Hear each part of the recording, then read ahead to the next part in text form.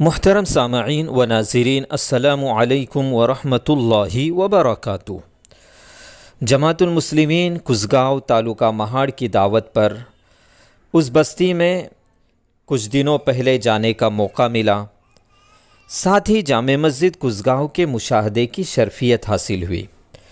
ماشاء اللہ، مسجد نہایت ہی وسیع و عریض کے ساتھ ساتھ بیرونی اور اندرونی حصے میں صفائی اور پاکیزگی کا ماحول قابل دید ہے۔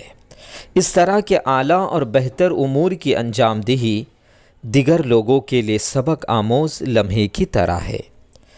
یہاں سے یہ بات سمجھ میں آئی کہ ہر مسجد کا انتظامی امور اور صاف صفائی کے تعلق سے لوگوں کی فکر مندی پر منحصر ہے، جو اہل ایمان کے لیے نہایت ہی ضروری ہے۔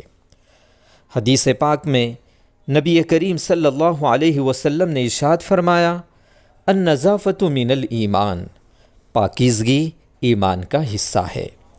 ایک اور روایت میں آپ صلی اللہ علیہ وسلم نے فرمایا، اللہ جمیل یحب الجمال، اللہ خوبصورت ہے اور خوبصورتی کو پسند کرتا ہے۔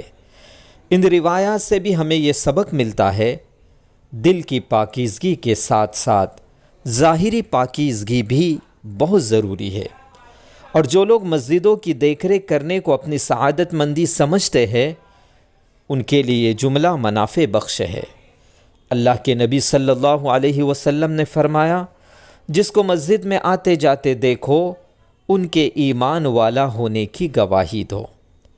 ہمیں بھی چاہیے کہ اپنی مسجدوں کی صاف صفائی کا خاص خیال رکھے، اس سے ایمان میں تازگی اور اعمال میں اخلاص پیدا ہوتا ہے۔ اللہ پاک ہم سب کو مسجد سے محبت کی سعادت مندی نصیب کرے، آمین۔